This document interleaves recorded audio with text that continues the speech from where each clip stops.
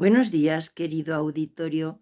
Sed muy bienvenidos y bienvenidas al Rincón de So Rebelde, desde donde trataremos los asuntos de Dios dándoles nuestro pequeño toque personal.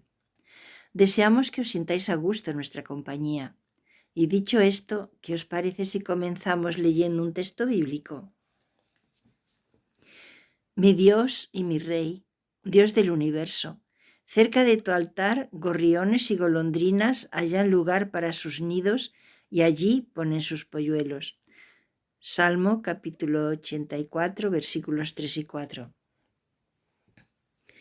¿Sabías que la historia de la salvación se halla resumida en la vida de dos gorriones?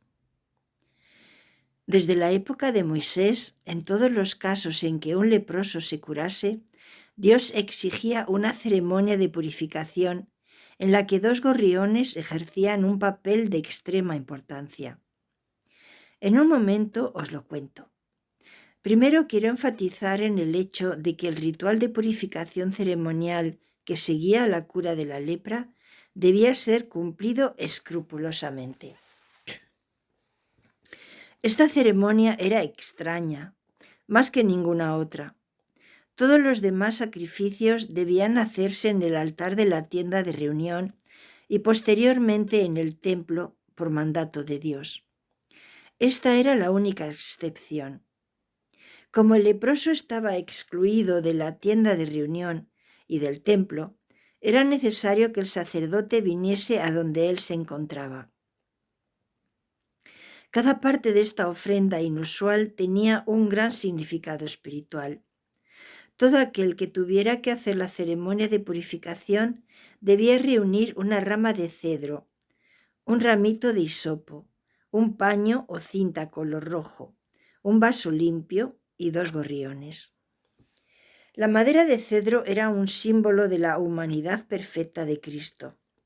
La madera de cedro es incorruptible. El hisopo es una planta que crece sobre las rocas en lugares húmedos y representa la fe del individuo. David escribió en el Salmo 51, versículo 7, «Purifícame con hisopo y seré limpio, lávame y seré más blanco que la nieve». Significa apropiarse de la redención provista por Cristo. Uno puede profesar exteriormente que se cree que Cristo murió y resucitó, pero eso no es la fe que salva. La pregunta es si te has apropiado de esa redención o no. ¿Has depositado realmente tu confianza en Él? La tela o cinta roja era un símbolo o señal de la fe en la sangre de Cristo derramada por nosotros. Esto nos recuerda que a Rahab, la mujer de Jericó, se le pidió que colgase una cuerda roja en la ventana de su casa como señal de su fe en Dios. La vasija o vaso de barro nos habla de la humanidad de Cristo y la nuestra. El vaso de barro representa el cuerpo que tenemos. El apóstol Pablo en su segunda epístola a los Corintios, capítulo 4, versículo 7, se llamó a sí mismo un vaso de barro. El énfasis está puesto en nuestra debilidad y fragilidad. En Hebreos capítulo 4, versículo 15, el apóstol también escribió: «Pues nuestro sumo sacerdote puede compadecerse de nuestras debilidades, porque él también estuvo sometido a las mismas pruebas que nosotros, solo que él jamás pecó». Luego están los dos gorriones. Uno era sacrificado para representar la muerte de Cristo, el otro quedaba vivo para representar su resurrección. El agua corriente mencionada en un versículo de este relato es agua viva, recogida de un manantial o de una fuente. Esto nos habla de la palabra de Dios y de su Espíritu. Ahora os voy a relatar cómo se desarrollaba la ceremonia. El sacerdote llevaba al leproso a un manantial o a una fuente donde el vaso de barro se llenaba de agua. Se mataba uno de los gorriones sobre el vaso de agua dejando que la sangre se mezclara con ella. El Evangelio de Juan, en el capítulo 19, versículos 34 y 35, nos relata que cuando Cristo murió y el soldado hirió su costado con la lanza, brotó de él sangre y agua. Después el sacerdote ataba el aromático ramo de hisopo a la pequeña rama de cedro con el paño o la cinta roja.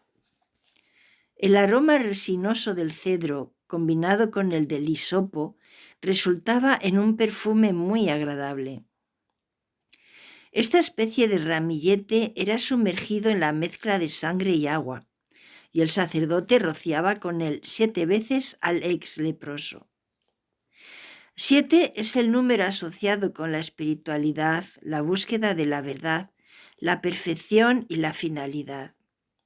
Con este ritual se aclaraba para siempre la duda de si el paciente había sido purificado de su lepra o no. Para finalizar esta ceremonia, el pájaro vivo que había sido mojado con la sangre del gorrión sacrificado era liberado. Cristo fue entregado en sacrificio por nuestra maldad y fue resucitado para nuestra justificación con Dios, a fin de darnos la libertad para permanecer firmes en Cristo. El apóstol Pablo, en su carta a las Gálatas, nos dice: Jesucristo nos ha hecho libres. Él nos ha hecho libres de verdad. Así que no abandonéis esa libertad, ni volváis nunca a ser esclavos de la ley. Gálatas capítulo 5, versículo 1. Esto significa no enredarse ni complicarse otra vez con la religiosidad aparente, las normas, el ritualismo y el legalismo. Cristo ocupó nuestro lugar, murió nuestra muerte, pagó nuestro castigo y resucitó por nosotros, porque si no hubiera sido así, su sacrificio habría sido en vano. La ceremonia y ofrenda a favor del leproso confirmaban e ilustraban esa gran verdad. Pero aquí no acaba todo. Veamos lo que nos dicen los versículos 8 y 9 de Levítico 14.